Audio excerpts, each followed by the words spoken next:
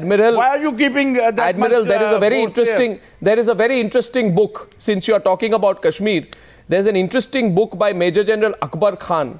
If I'm not mistaken, was the brigadier in charge of Kashmir on the Pakistan side in the Indo-Pak War of 1947. It totally lays bare, once and for all, the role of Pakistan in this book, Raiders on Kashmir, on your strategy of subterfuge. You can also, General, look back at what Gohar Ayub Khan admitted about what happened in 1965. And I would also request you, Admiral, to look at what Musharraf said in 2003. He said, and I quote to you, he said, Kargil was a decision taken by the Mujahideen and we got involved later. In other words, your army is directed by the jihadis. And tonight, you may not accept this in a flag meeting. Heart of heart, you know, Admiral. You are These are your admissions. saying that at flag meeting, you see, at brigadier level meeting, you think the Pakistan will say that yes, we are, yes sir, 3 bags full. Have you gone mad? Sir, the flag meeting is based on facts. Sir, I have. The facts are. Sir, I am a very. You escalated the position. No, I am a very ordinary journalist, but I believe that I have proven to you through these examples that there is no argument that you have on the policy of deniability. I want to I want to go across at this stage to Shankar Prasad, General Shankar Prasad, and Mr. Doval. After that, I will open up the debate. What are we denying? So you are denying that you worked through jihadis. You denied at the flag meeting today that you worked through jihadis. That is a simple point. You must have gone mad. Because the thing is, Pakistan army is one of the finest professional army. They don't have to look towards jihadis. Sir, they are one of the finest army. They are professional army. They took care of you. We are there to stay. It Sir, is your own weaknesses. These are the weaknesses in your defense. Sometimes you cry Bombay. Admiral, sometimes you cry Poonch. Admiral, what are you doing? Admiral, why don't you sort out your defenses? No, Admiral, you're a very senior man. But I'm sorry. I'm going to have to say this absolutely clearly. No, but you can ask. No, if you are a great army and you don't have to hide anything, then I'd like to ask you, why do you hide? I don't have to hide. Why do you hide what you did in Kargil? Why did your Foreign Secretary Shamshad Ahmad reject the Pakistani role in Kargil? And why after that did you tuck away the list of your personnel who were killed in duty in the Shuhada's corner on the Pakistani Army website? Why did you give the gallantry awards, including the Tamgha-e Jurat later, to people in Kargil? The Indian army does not work in hiding. We don't work through these other forces. It's the Pakistani army which does, Admiral. Maybe not in your time, but certainly Indian now. Army, I don't care what you do and your army does. We are not here to appreciate and to applaud Indian army. Sir, I am saying we are here and our army is a professional army. Sir, we should sort it out at the flag meeting. Sir, your army is not a professional. You are just making this noise for nothing. Sir, this is a border incident. You want to escalate it, go ahead. Sir, any self-respecting nation will not take this for granted. I want to get in General Shankar Prasad on the issue of deniability. We don't have to take a certificate from you. We don't have to take your certificate for self-respecting nation. I know that, but the history will come and see you back in your face. Look, you are a soft belly of this area. Sir, you are a soft belly of this region. Sir, neither are we a soft belly, but the soft underbelly of Pakistan has also been exposed. General Shankar Prasad, please, to Admiral Javed Iqbal. Arnav, I don't want to raise temper, but simply please let us understand that in 1971, 90,000 Pakistani soldiers, including a lieutenant general, surrendered to the Indian army and Bangladesh was liberated. That is the time. Thereafter, President Ziaul Haq realized that there is no way Pakistan army can match the capabilities of the Indian army. Therefore, the only option available to them was to create terrorism, jihad, and all this kind of insurgency. That was the only weapon that they can unleash on us.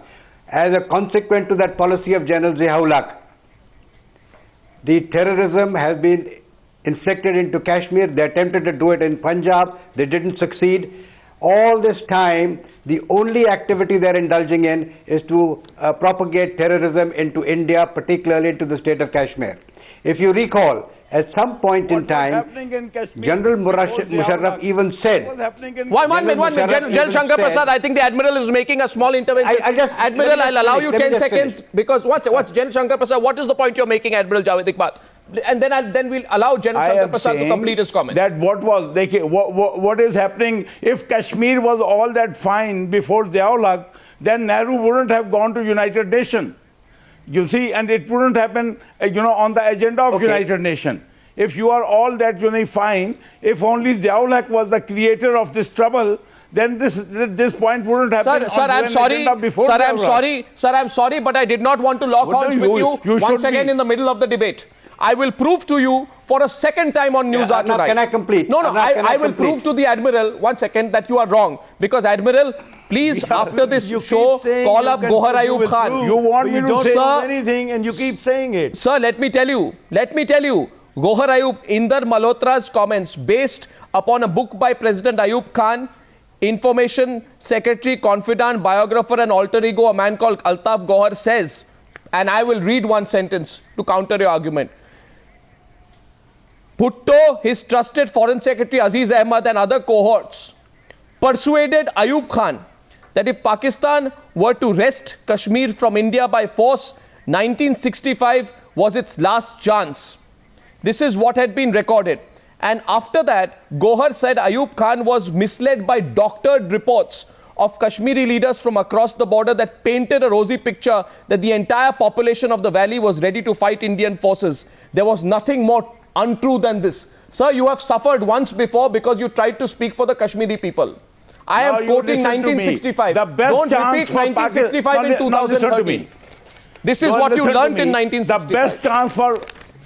The best chance for Pakistan was when you were being, when China was bashing you and they were returning your arms after cleaning it. We spared you at that time because we wanted to live like good neighbors. You don't learn lesson. I can tell you that if Pakistan wanted to bash you, that was the best opportunity. Sir, the problem is... when you are being bashed on the NIFA side. Sir, I'll tell you one thing. I'll tell you one thing. I'll allow... You see, the problem is... The problem is... the reality of Pakistan. The problem is... It is about time that you accept that Pakistan is there. Admiral, the fact is, you neither have the size, scale, or ability to bash India. However, there are periodic bouts of delusion. I only quoted 1965 as one example. General Shankar Prasad, please let him complete his argument. Let me just complete my argument.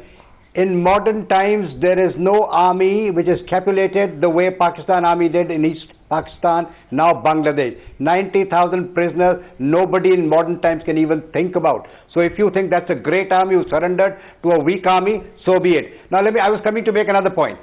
General Musharraf has definitely said at a point in time to say, can I just finish, sir? Let me finish my point, then you can make your point. Please, give me a chance to finish what I'm saying. Yes, General Musharraf has stated very categorically that if we can have some agreements, he can control this terrorism, which only means that he controls everything about terrorism. The terrorism that has been pushed into India is the brainchild of Pakistan Army and the ISI. It is a fact acknowledged by the entire world, definitely by everybody in this part of the world. Today, there are 45 to 50 training camps that are existing across the line of control. Hafiz Saeed, who is the mastermind of Mumbai and the leader of the LET, has recently visited and coaxed people. There are a large number of terrorists waiting on your side of the LOC to infiltrate into India just because the terrorism in Kashmir is at a very low ebb. And unless they infiltrate more people before the terrorist campaigning season begins, they will not be able to sustain insurgency here because that has been completely, more or less, reduced to nothing by the Indian Army's actions. Therefore, sir, please agree with me for a moment that Indian Army is not wanting to do anything aggressive or offensive to Pakistan unless they needle us. And now, unfortunately, they have needled us.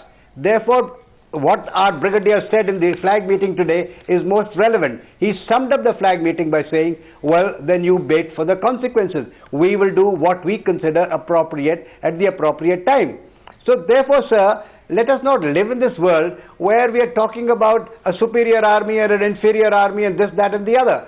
The simple fact is that Pakistan Army has had a bad experience in 1971. They have no manner in which they can match the might of the Indian Army. The only option that is available to them is to support terrorism. Absolutely. And that is all what they're doing all the time. Let me And address this therefore part of the activating the answer. LC, therefore... Let me address this. Therefore, activating the LC, Then why all of you are so scared? 70 times in last 1 year. Somebody is not aware of the strategic equation at the present why time. all of you are so scared of Pak Army? Let me just jump in. Okay, Mr. Pirzada, you want to jump in, please? But I think the I want to say that why Let Mr. Pirzada jump in. Army? Yeah. Let me just jump in for 1 second. Yeah. This gentleman who just made few comments General about Shankar Prasad. 71, I think, yes, General, I'm sorry, I forgot the name. And let me address the General by saying, I think you're not aware of the new strategic equation in the region. India is in no position to pressure Pakistan strategically in conventional terms. In either the 71 is gone. Sir, that was a time when we had a different problem. Right now, you'll be living in a fool's paradise. If you ever try to cross the line of control, you'll be crushed. I'm giving you a factual situation. Indian Army is certainly being misled by experts like you if they are being told that they can do something great. One second, sir, Mr. Pirzada. Mr. Pirzada, Mr. Pirzada, Mr. Pirzada. Syed Tariq Pirzada. Syed Tariq Pirzada, a man called Yusuf Raza Gilani has changed. A man called, for all your, your show of aggression on the program, a man called Yusuf Raza Gilani, as recently as February 2012, made a public admission that Pakistan cannot afford a war. So what are you talking about? In December 2012, the Pakistan, no, in December 2012, I have the statement on record. In December 2012, allow me, sir. But if the war is thrust upon Sir, us, allow me, sir. we will wipe out the enemy. Sir, That's allow what the me, Pakistan sir. Army Sir, clearly stands for. Sir, allow me, sir. You would remember the night in December. Words won't help. Sir, the fact Keep is... going back to the history. Sir, I am not... We are not misjudging the capability of the Pakistani armed forces. Sir, they are a nuclear force. They are very powerful conventionally speaking. Your Don't problem try is, yourself this time. Sir, before I come, before I, 90,000 humiliation that you suffered. 1 minute, sir. Please don't forget history. Your country faces a dire situation. You are on the verge of a financial collapse. You have religious fanaticism. You have complete divide. You have provincialism. There is lack of governance. 70% of Pakistan is not run by you. Your civil servants are being deprived of their constitutional rights. There is nepotism and cronyism in every section. There is a Shia-Sunni conflict which is going on. You have a total external debt and liability of $60 billion.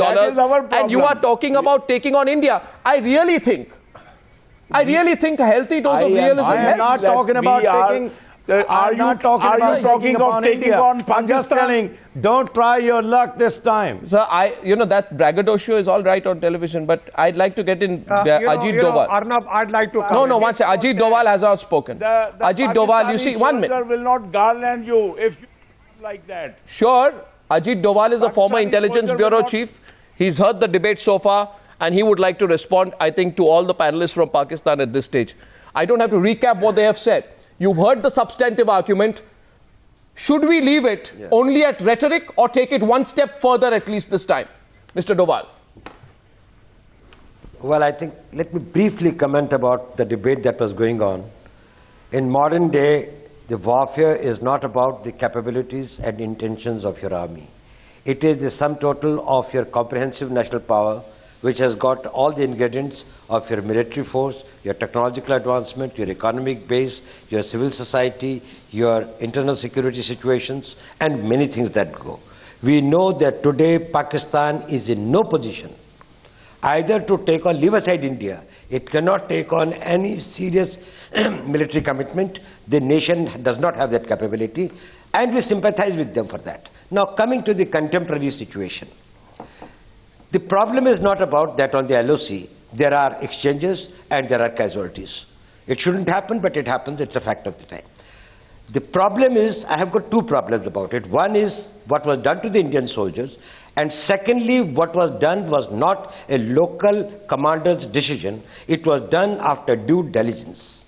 And what compounds it most is that the political message that had come thereafter, which was a well-considered opinion, a well-considered position taken by the Pakistan government as initiated by the Foreign Minister of Pakistan, that they are supporting these activities, which give us an impression that Pakistan is not prepared to mend its ways. Now, when we say why this thing about the investigation and India is not supporting investigation, you have already taken the judgment. Once the foreign minister has given the judgment, once your government has taken a position that we are not at fault, you are totally in a deniability mode, the entire investigation has to be conducted on your soil. If they are your troops, your weapons, your people, they have beheaded. In case you had taken the position that, okay, if this is the charge, we are the victims, we are investigating it, whatever are the facts available with you, the postmortem reports, the other evidences on the ground and others, you give us, we are holding it with an open mind. We probably would have believed that is, in future things will not happen. Exactly, and but that's not happened today. The recurrence is stopped. But that has not happened today. You today. are in the denial mode, we have no other option but to make the deterrence level so credible for you that India will, at the timing and at the occasion of its own choosing, will give you a reply to prove the point that this is unaffordable a cost for you. Also, that's all what I think I have got to say. Well,